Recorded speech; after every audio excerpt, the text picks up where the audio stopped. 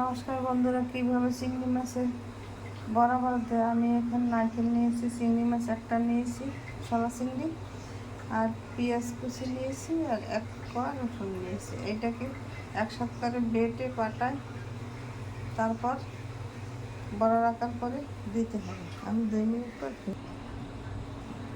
পর ফিরে আসছি। আমি বেটে নিয়েছি, 3 বাটা দিয়ে নিয়েছি চিংড়ি মাছ দিয়ে। এখন হলুদ, মরিচ গুঁড়ি 1 চামচ আর লবণ 1 চামচ দিয়ে এটাকে মেখে বড়া রাখার পরে দিয়ে নেব। আমি ফ্রাই প্যান দিয়েছি, কড়াইতে চুলা ধরিয়ে দিয়েছি।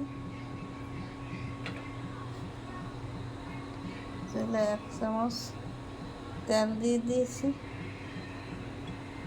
1 টেবিল চামচ তেল দিয়ে দিয়েছি। 2 মিনিট পর ফিরে এসছি। 2 মিনিট পর ফিরে এসে বড়া রাখার পরে দিয়ে নিয়েছি। এখন ঢাকনা দিয়ে ঢেকে দেবো। 2 মিনিট পর ফিরে এসছি। 2 মিনিট পর ফিরে এসছি। আমি এখন ফিরিয়ে দেবো।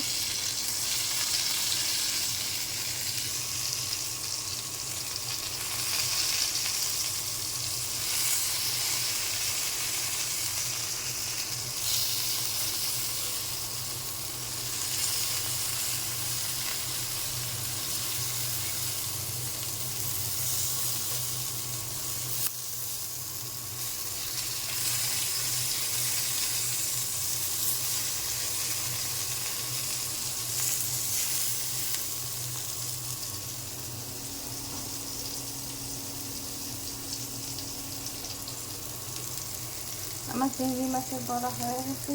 এইভাবে আপনারা তৈরি করে ঘরে বানিয়ে খেয়ে দেখবেন, খেতে অনেক সুস্বাদু।